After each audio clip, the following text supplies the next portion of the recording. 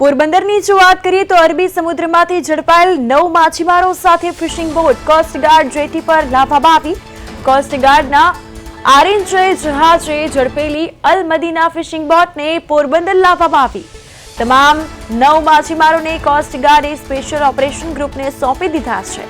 આજે special operation group સાથે તમામ સુરક્ષા એજન્સીઓ જોઈન્ટ ઇન્ટ્રોગેશન કરશે અને જોઈન્ટ ઇન્ટ્રોગેશન બાદ તમામ પાકિસ્તાની સામે નવી બંદર મરીન પોલીસ સ્ટેશનમાં કાયદેસર ફરિયાદ નોંધાશે।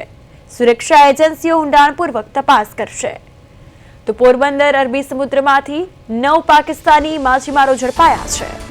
વધુ માહિતી અને વિગતો સાથે પોરબંદરથી અમારા સંવાદદાતા ચેતન ફોન લાઈન પર જોડાઈ ગયા છે। ચેતન, અહીં અરબી સમુદ્રમાંથી 9 પાકિસ્તાની માછીમારો ઝડપાયા છે। ફિશિંગ બોટ કોસ્ટગાર્ડ જેટી પર હાલ લાવવામાં આવી છે। શું વધુ માહિતી?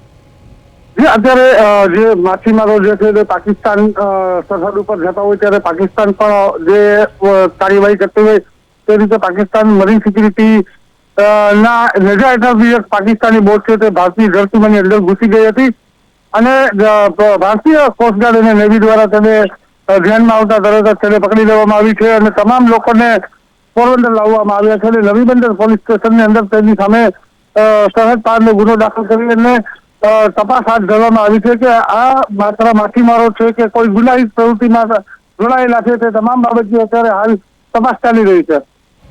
બિલકુલ, અહીં 9 પાકિસ્તાની માછીમારો જે છે તેઓને ઝડપી પાડવામાં આવ્યા છે। તેઓ પાસેથી કોઈ મુદ્દામાલ કે કઈ સામગ્રી?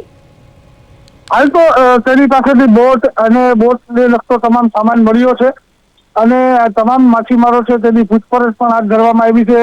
તમામ સુરક્ષા એજન્સીઓ છે તેની અત્યારે પૂછપરછ કરી રહી છે। અલગ અલગ રીતે જે તેની ઇન્ટ્રોડક્શન અને ઇન્કવાયરી ચાલુ છે તે પ્રમાણે હજુ સુધી કોઈ માહિતી બહાર નથી આવી, પરંતુ જે સુરક્ષાની બાબત છે તેને લઈને કોઈ પણ કચાશ છોડવામાં નહીં આવે અને તમામ સુરક્ષા એજન્સીઓ છે તેની પૂરતી તપાસ કરશે તેવી સરકારે બાંહેધરી આપી છે।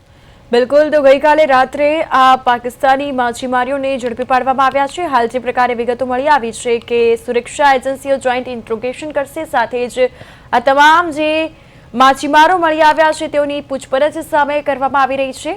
આપને પૂછવા માંગીશ કે અલ મદીના ફિશિંગ બોટ છે પોરબંદર લાવવામાં આવી છે અને આ અંગે એજન્સીઓ દ્વારા શું તપાસમાં વિશ્લેષણ?